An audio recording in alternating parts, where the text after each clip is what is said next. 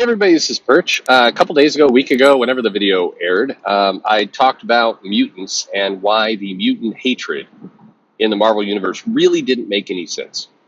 And I want to throw two more things in here as to kind of the basis of why I was saying that. Number one, it's I don't know that the average citizens would know if what they're dealing with is a mutant or just a superpowered character. I mean, how do they know?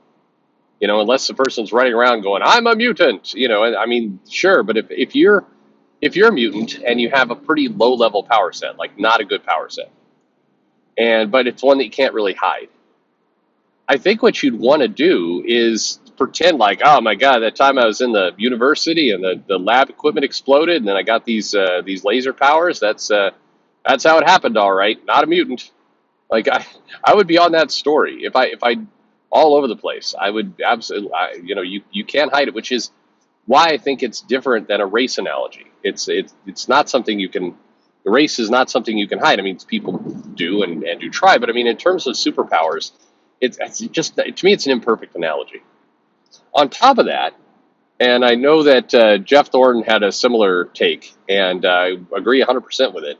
It's like it's not rational to be afraid of a Mexican person or a black person or an Asian person. It's not Mexican. That's a nationality. A Latino person. I'm not saying Latinx. I have lots. I have a decent amount of Latino friends.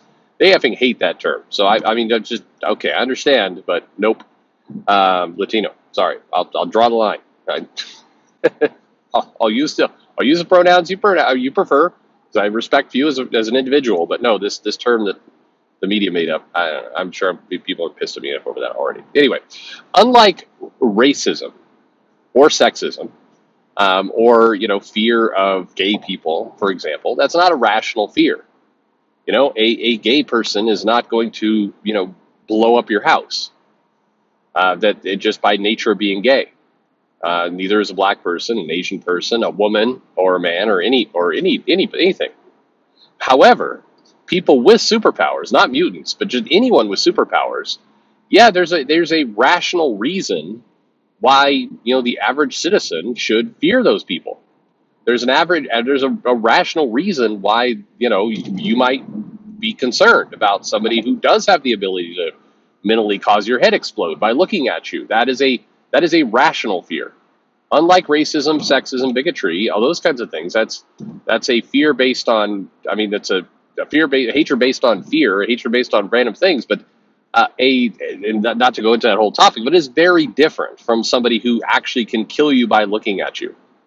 No, and so I always think that the race example is imperfect, and I know Chris Claremont believed otherwise, and that's fine. A lot of people I respect believe otherwise, but for me, that's why I've always felt like racism. It's an imperfect analogy because I think there's a legitimate reason to fear somebody whose powers. I mean, in the comics, the powers regularly go out of control and just start blowing the shit out of everything.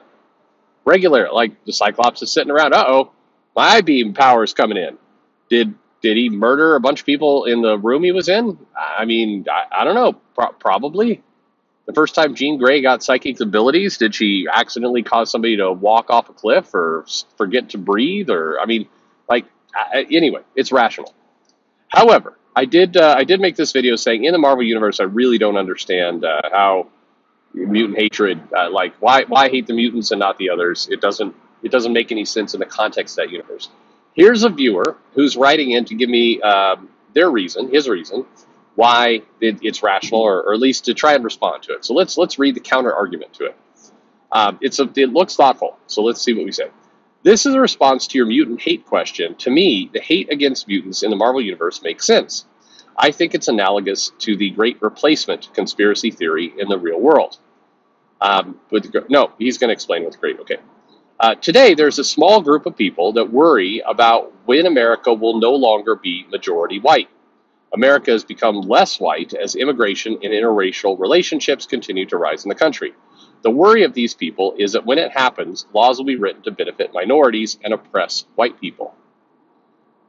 that's there's a little bit more to it than that. And I would say I don't know that it's a small group of people. I think it depends on what you define as small. I think there's a sizable amount of people that believe that. Now, once upon a time, and you have to go back to the olden days, there was this concept of the melting pot. And America was the great melting pot. The idea was different races, different nationalities, different cultures would come here. They would grow, thrive, intermarry, all the rest. And it was the melting pot. And I remember, I think my grandfather saying at one point, there probably won't be racism by the time you have children because, the melting pot would have brought everybody together by that point. Now, obviously, that has not happened, and it's going to take a lot longer for all that to play out. But it does feel like inevitably it will play out that way. But, I mean, I think we're talking hundreds, 1,000 years before it does. I don't know. I mean, who knows where things all go. But at any rate, I think that the reason... First of all, I agree with kind of this. I think it's irrational fear to fear that people are going to come in and you're going to lose your state, your place because of, intermarrying and all the rest, and all that kind of these relationships that blend together. However, I understand. So the funny thing is, don't feed the hate or don't feed the fear is my comment.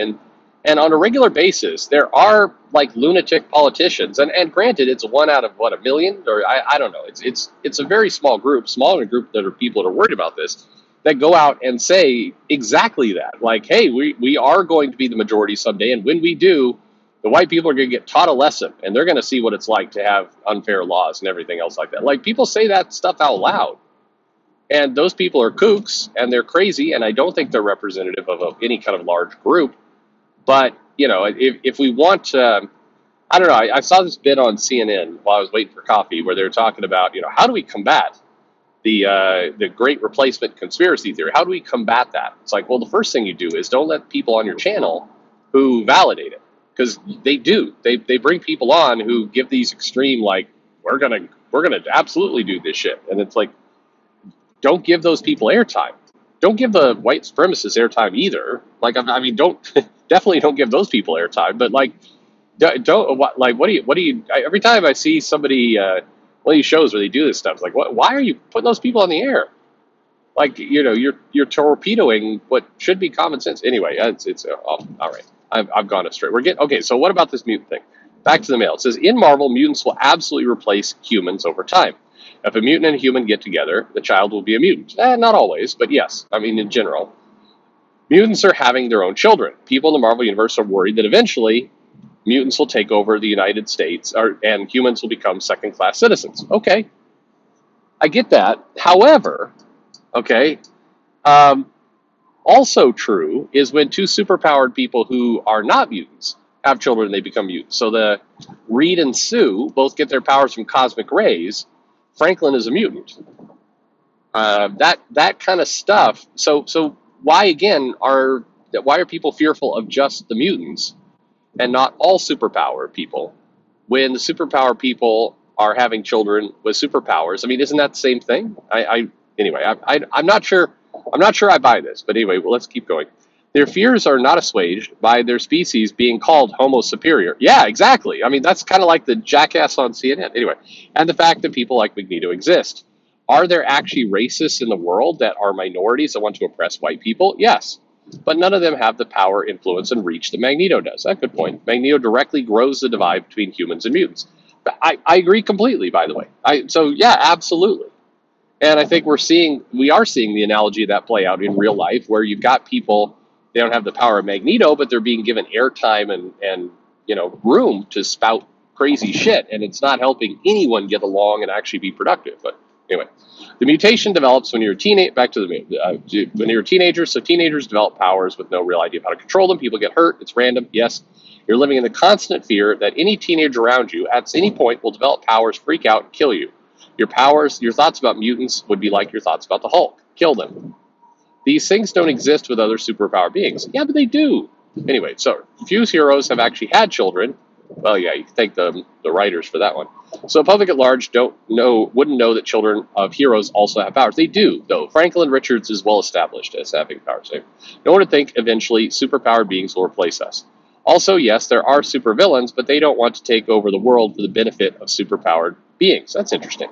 Doctor Doom isn't an existential threat to humanity. Superpowered beings also are better at controlling their powers as soon as they get them. When Spider-Man got his powers, he became a wrestler. When Rogue got her powers, she put her boyfriend in a coma. Yeah, okay, yeah, that's true. So I'm agreeing with with big points of this, and I think that you've hit upon it. I think the only thing that I disagree with is that that people know that superhumans have powers, that they're aware of it at this point, and so I don't know, I don't think I think they're all aware, I guess is the point. So I think that bridge has been crossed. But this is an interesting. I don't know. I feel like we're having a good, interesting dialogue here right now. A dialogue, a conversation. We're having a good conversation. Um, all right, let's get back to this. Lastly, despite all this, is a question of how much mutant hate there actually is. Trask, Stryker, and Kelly hate mutants. They are poised as being the most mutant-hating individuals in their respective corners: private business, religion, politics. Okay, with their own following, but how much do they speak for the public? Similar to homosexuality, it could be that regular people don't care much about this, and it's just people with the money and the power to do something about mutants who have a hatred toward them. Yeah, I think that's true. Although, they regularly have scenes in Marvel Comics where, like, just a bunch of kind of random people, it's like, it's a mutie, kill it! And just, like, the crowd just erupts into instant mob violence. So, all right, so sorry for the wrong mail. I understand if you don't feel comfortable reading this on your channel. Oh, why wouldn't I? Oh, it's a perfectly good mail.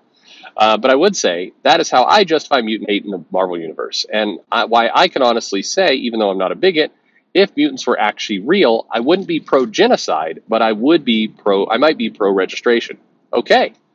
Well-reasoned, well thought out.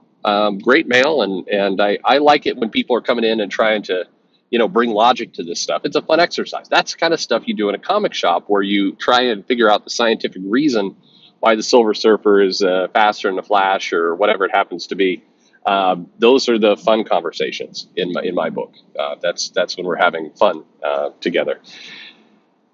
So again, I think that's well reasoned, and I think I agree with almost everything you say. I think that the difference that I would have is that I do believe that there is realization that superhumans are having superhero babies, and that in many cases they're mutant babies.